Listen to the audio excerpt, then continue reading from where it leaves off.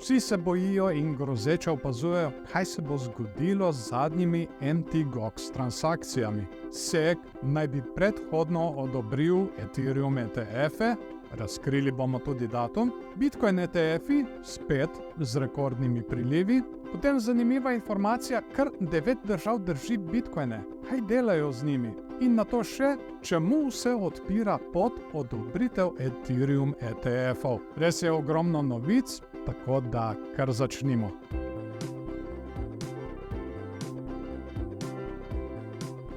Mt. Gox grožnja je ponovno oživela. Borza Mt. Gox je po dvotedenskem zatišju premaknila ogromno količino bitcoinov, kar je na trgu povzročilo precejšnje skrbi. V 3 urah je 16. julija Mt. Gox premaknila preko 140 tisoč bitcoinov, vrednih skoraj 9 milijard ameriških dolarjev, na znano hladno denarnico in 2 neznana naslova. Po podatkih družbe Arkham Intelligence ima Mt. Gox v svoji glavni denarnici še vedno 138 985 bitcoinov, vrednih približno 8,7 milijarde ameriških dolarjev, in je prvič v 2 tednih začela premikati shranjena sredstva. 2 transakciji sta premaknili skoraj 69 tisoč bitcoinov, vrednih več kot 6 milijard dolarjev, v 2 neznani denarnici.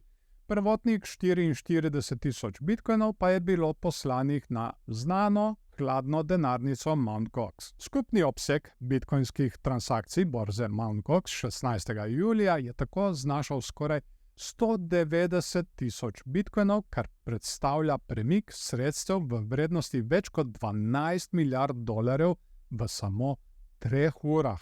Kakšen pa je bil odziv trga? Cena bitcoina je 16. julija zjutraj dosegla skoraj 65 tisoč dolarjev, v nekaj urah pa je padla na najnižjih 63 tisoč dolarjev. Padec cene predstavlja več kot 3% znižanje za bitcoin, a verižni učinek je povzročil več kot 5% padce cen pri altcoinih, kot so Uniswap, Polkadot in Bitcoin Cash. Tržno razpoloženje je postalo seveda negativno, saj je cena bitcoina začela padati 1 uro pred prvo transakcijo Mt. Gox 16. julija. Nato pa se je padec nadaljeval, ko so odlivi sredstev na neznane denarnice postali pogostejši. Mt. Gox je namreč 5. julija napovedal, da bo začel poplačevati svoje dolgove v Bitcoinu in Bitcoin Cashu upnikom, pri čimer je navedel, da bodo poplačila izvedena preko določenih kriptoborz. Glede na to, da je glavna denarnica Mt. Gox 16. julija izvedla odlive bitcoina v vrednosti več kot 9 milijard dolarjev, bi se obljuba o hitrih poplačilih lahko uresničila že pred avgustom. No, zaenkrat cena bitcoina raste. Bomo pa videli, kako bo kaj v prihodnjih dneh. SEC je predhodno odobril nekatere Ethereum ETF-e. Komisija za vrednostne papirje in borzo je po poročilih dala predhodno odobritev vsaj 3 upravljavcem premoženja za njihove Ethereum ETF-e, kar je dodatno podžgalo špekulacije, da bi ti ETF-i začeli trgovati že 23. julija. Odobritev SEC je zdaj odvisna le še od tega, ali bodo prijavitelji do konca tega tedna regulatorju predložili končne dokumente o ponudbi. Po navedbah 3 virov iz panoge v poročilu Reutersa z dne 15. julija so bili med temi prijavitelji BlackRock, Franklin Templeton in Vane. V igri za lansiranje svojih Ethereum produktov naslednji teden so tudi Fidelity, ARK, 21 Shares, Grayscale, Bitwise in Invesco Galaxy. Poročilo Reutersa je v skladu z nedavnimi komentarji Catherine Dowling. Ta je dejala, da je pri spremenjenih vložitvah obrazca S1 videla čedalje manj težav med izdajatelji in sektorji vse kaže na to, da smo blizu. Bližamo se ciljni črti pri lansiranju, je 9. julija povedala Dowlingova. Torej, 23. julij naj bi bil dan D. Bomo videli, koliko so imeli prav tile trije viri. Bitcoin ETF-i spet z rekordnimi prilivi. Bitcoin ETF-i so 15. julija zabeležili rekordnih $301 milijonov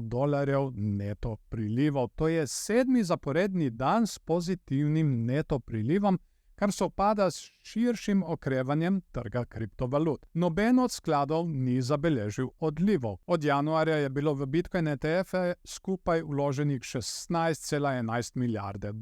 Po podatkih družbe SoSoValue je BlackRockov IBIT vodilni sklad po neto vrednosti sredstev zbral največji dnevni neto priliv, in sicer $117 milijonov. IBIT je bil tudi najbolj trgovani Bitcoin ETF v ponedeljek, sledila pa sta mu ARKB od ARK Invest in 21 Shares. V ponedeljek je bilo skupno trgovanih $2,26 milijarde. Promet teh skladov je bil nižji kot marca, ko je na nekatere dni presegel $8 milijard. Kljub temu so ti skladi od januarja skupno pridobili $16 milijard neto prilivov. No, nekateri celo pravijo, da naj bi bil za to zadnjo rast kriv poskus atentata na Trumpa. Temu se namreč na račun tega vedno bolj nasmiha zmaga. 9 držav drži Bitcoin. Kaj delajo z njim? Nemčija je 12. julija po podatkih analitičnega podjetja Arkham Intelligence zaključila prodajo svojih 50,000 bitcoinov v vrednosti približno $3 milijarde. Nemška vlada je s prodajo preko večjih borz začela konec junija, kar je povzročilo kar 15% padec cene bitcoina. Kljub temu pa skoraj ducat drugih vlad prav tako kupiči bitcoine. Bitcoin Treasuries je spletna stran, ki sledi nakupom, prodajam in stanju bitcoina v javnih in zasebnih podjetjih, borzno trgovanih skladih, pametnih pogodbah in centralnih vladah. Po podatkih z 15. julija ta platforma poroča, da vlade po svetu skupaj držijo 517 bitcoinov, kar po trenutnih cenah znaša približno $32 milijard. SDA ima največjo količino bitcoinov med vsemi vladami, kar 213,246 v vrednosti okoli $13 milijard. Večino teh so zasegle s temnega spleta Silk Road, potem ko so ga oblasti leta 2013 zaprle. Na Kitajskem najverjetneje premorejo vse zasežene bitcoine iz prevare Plus token leta 2019, zaradi česar so drugi največji vladni lastniki tega sredstva. Držali naj bi okoli 190,000 bitcoinov v vrednosti skoraj $12 milijard. Britanska metropolitanska policija je leta 2012 zasegla 61,000 bitcoinov dvema kitajskima državljanoma. Ukrajina je svoje bitcoine pridobila s policijskimi zasegi in donacijami posameznikov, ki podpirajo vojne napore države. Imajo jih okoli 26,000 v vrednosti okoli $3 milijarde. Salvador je prva država na svetu, ki je leta 2021 sprejela bitcoin kot uradno valuto. Trenutno ima okoli 5,800 bitcoinov v vrednosti okoli $364 milijonov.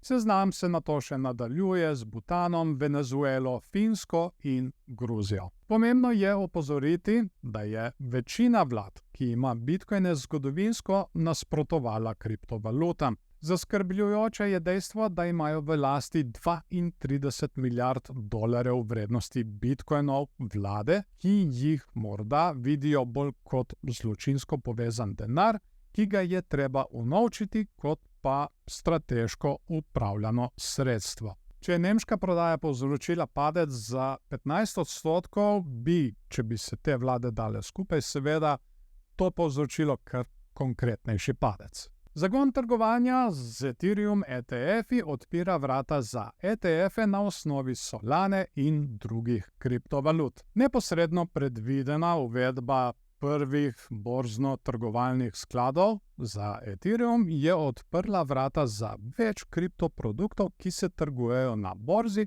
vključno z morebitnim ETF-om na osnovi Solane. Prihajajoči Ethereum ETF-i bi lahko prispevali k povečanju cene Ethereuma, ki je od konca maja v prepadni fazi že več kot en mesec. Cena Ethereuma se je 8. julija obrnila svojega mesečnega upada, potem ko je dosegla lokalno dno tik nad 2800 ameriškimi dolarji, kažejo podatki CoinMarketCap. Po uvedbi prvih Ethereum ETF-ov bi lahko na trg prišli tudi ETF-i z izpostavljenostjo več kriptovalutam. In seveda je tukaj prva na seznamu Solana, ampak kot smo izvedli že iz prejšnjih novic, bo Solana mogoče, po mojem, morala počakati na čas po ameriških volitvah. Kar zanimiva paleta novic ta teden. Nekatere so bikovske, nekatere medvedje, na kateri strani pa se držite vi. Kar komentirajte spodaj pod video, pa dajte video tudi všeček, če vam je bil všeč, ali pa ne všeček, če vam ni bil. To bo tudi vse za to epizodo in ne se pozabite naročiti na kanal, da ne boste zamudili naslednje. Zdaj pa vas še lepo pozdravljam in imejte se fajn in se vidimo v naslednjem videu.